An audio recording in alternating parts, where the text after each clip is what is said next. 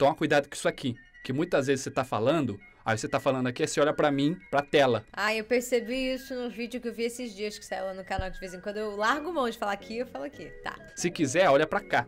Olha pra lá. Tá lá? É, onde tá o quadradinho. Ixi, não lembro mais o que eu falei, não sei o que foi a introdução. Paramos aqui pra fazer... Curadoria? Curadoria do negócio? Aí pronto, perdeu.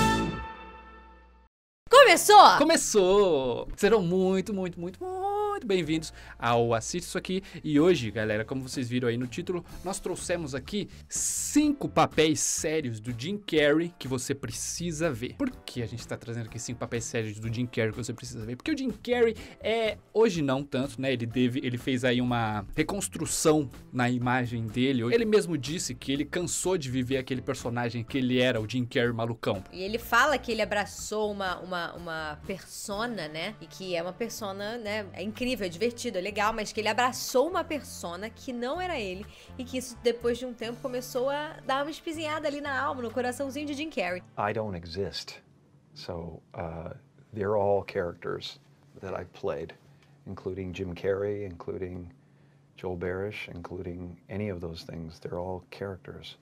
You know, Jim Carrey was a less intentional character, right?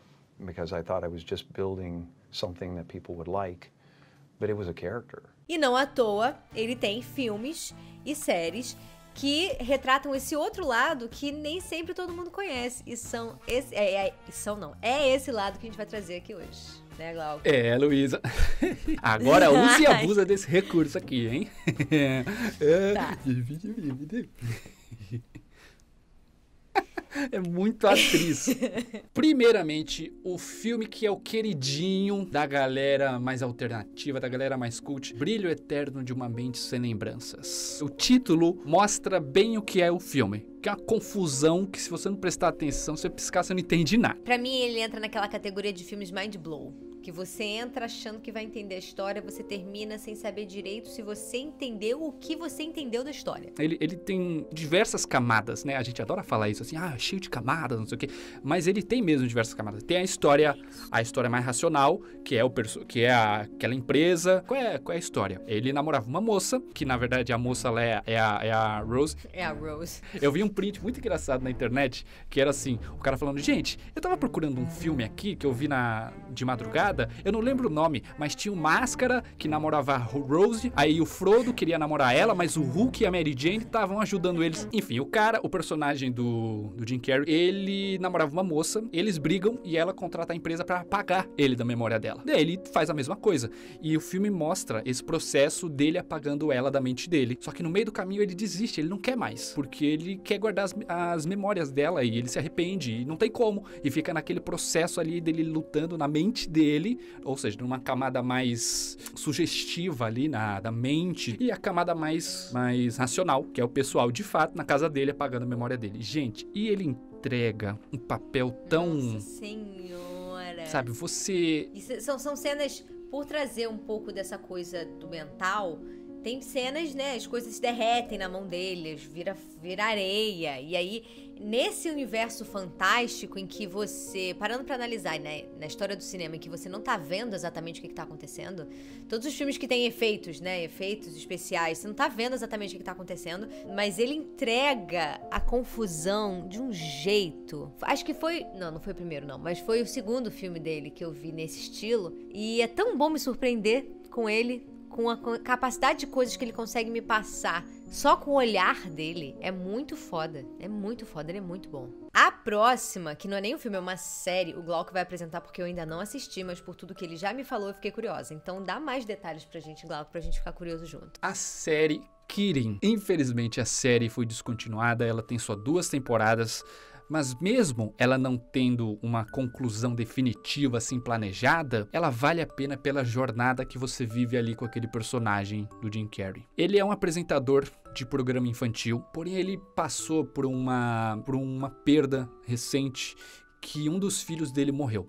Ele tinha filhos gêmeos e um morreu num acidente. E ele, o personagem do Jim Carrey, ele se fecha naquela persona que era o apresentador de programa, e começa a lidar com o luto de uma forma um tanto, digamos assim, alguns momentos perigosa, alguns momentos saudável, porque ele começa a querer falar de morte no programa infantil, sobre lidar com o luto num programa infantil, e eles falam, não, calma, isso aqui é um programa infantil, estamos falando de coisa para criança. Isso que eu falei é uma coisa que acontece na série. Existem diversos outros conflitos que ele tem que lidar, com a ex-esposa dele namorando, com ele tentando lidar com o filho se tornando rebelde e ele tentando lidar com o pai que ele começa a questionar e com a irmã que se sentia de lado. Nossa, é tão legal, gente, não é uma série leve, não é uma série gostosinha pra se assistir.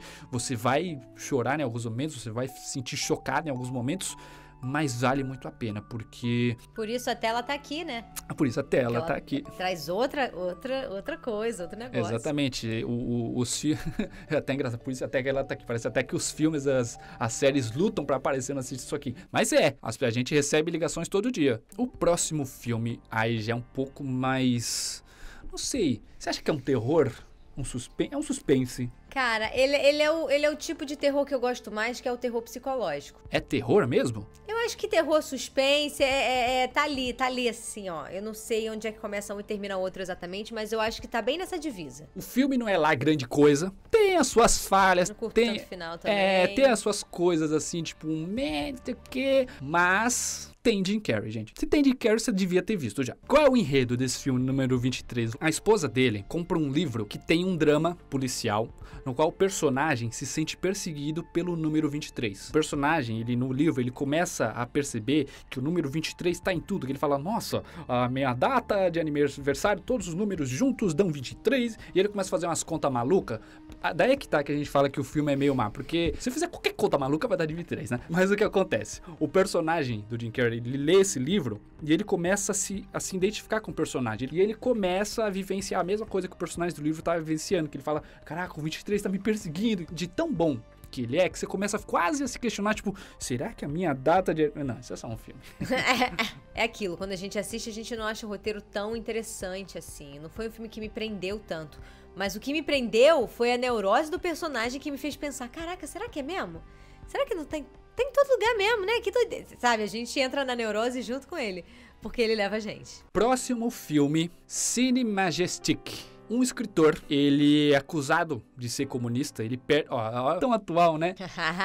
E aí ele é mandado embora, ele sofre um acidente, cai o carro da ponte e perde a memória. Daí ele é resgatado por pessoas de uma cidadezinha pequenininha que tava ali perto de onde ele sofreu o acidente. E as pessoas da cidade confundem ele com o filho do dono de um cinema que tinha lá.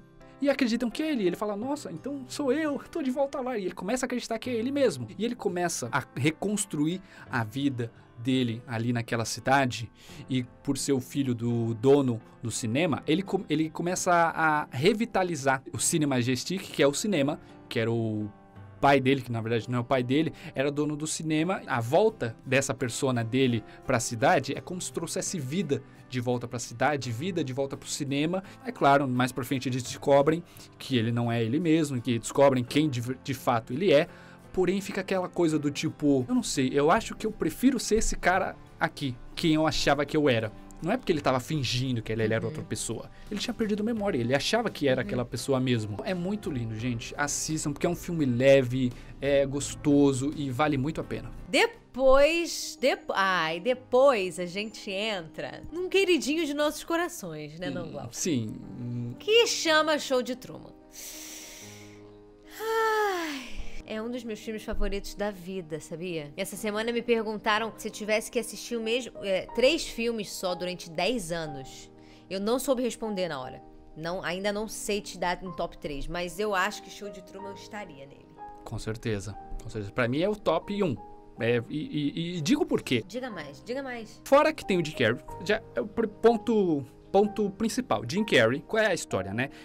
Truman, ele é um rapaz que ele vive, a vida dele é um reality show de TV e ele não sabe disso. E a vida dele tá sendo assistida 24 horas por dia e ele não sabe. E o filme retrata o momento que ele começa a perceber as coisas. Ele começa a tomar consciência de alguma forma por coisas que acontecem no set que tem alguma coisa errada. E aí ele começa a perceber e querer saber o que tá acontecendo. É a partir daí que, de fato, a trama começa. Exatamente. E eu gosto de destacar nesse filme que ele se divide em 3 atos. Que é o primeiro, onde a gente enxerga tudo pelos olhos do Truman. De não saber o que tá acontecendo, de não saber... de ver que tem alguma coisa errada, que tá tudo estranho, as pessoas estão agindo de uma forma estranha. Depois, a gente começa a ver pelos olhos da produção, dos produtores, a gente para de entender as decisões dele e a gente fica vendo ali o que será que ele vai fazer, como será que o pessoal, os câmeras, o pessoal ali na sala de controle vai lidar com aquilo. Ele é uma pessoa, ele é imprevisível, eles podem esperar que ele faça determinadas coisas, mas principalmente ali que ele passou por uma situação que ele começou a desconfiar, ele vai ficar mais imprevisível ainda, e eles estão lidando ali com aquilo. E no terceiro ato, que é mais no final ali, que é a junção dos dois. A gente começa a ver o Truman fazendo as coisas, a gente vê o Truman vivenciando as coisas e a produção lidando com aquilo. E a produção faz alguma coisa e o Truman reage e tipo, gente, É tipo filme que não dá pra passar a existência sem assistir. E digo mais, não dá pra passar a existência assistindo uma vez também. Porque é o tipo de filme que quanto mais a gente... Como tudo na vida, né? Mas como ele é cheio de detalhe, quanto mais vezes você assiste, mais coisas você pega. E aí, quanto mais coisas você pega, mais você percebe como o Jim Carrey tá aprofundado nesse personagem. Como ele conta a história com cada movimentação que ele traz. É muito bonito de ver. Sabe por que eu gosto desse vídeo? Porque eu acho... Isso já é uma filosofia minha, tá? Eu acho que ninguém é uma coisa só nessa vida, mas a gente tem mania de botar as pessoas nesse lugar no mundo. Não só, né, as pessoas perto ou longe da gente. A gente odeia quando fazem isso com a gente. Então, esse vídeo, pra mim, virou uma bandeira de multiplicidade, porque é uma forma de contemplar novas facetas de uma pessoa que a gente já admira muito, a grande maioria de nós já admira muito, e de alguma forma pra estimular você a fazer a mesma coisa aí na tua vida, porque a gente também não está aqui de bobeira e porque, de alguma forma, o audiovisual e o cinema são reflexos da vida, né? E acho que a gente acaba trazendo umas reflexões da vida quando a gente fala sobre essas coisas. E pra finalizar, eu queria dizer, gente, leiam muito, porque só assim vocês vão ter um vocabulário igual ao da Luísa. Multiplicidade, facetas, reflexo da vida. Não tem como. Eu fico até pensando assim, cara, como é que eu vou falar alguma coisa nesse vídeo aqui? Se a Luísa vir com essas palavras, é tudo difícil. Caralho, cara. Eu achei muito que você ia falar alguma coisa séria. Eu tô assim, leiam. Leiam. Leiam muito, nossa. Leiam. Que legal. Que absurdo. Acaba aí. E é isso, depois dessa grande exposição, acabou.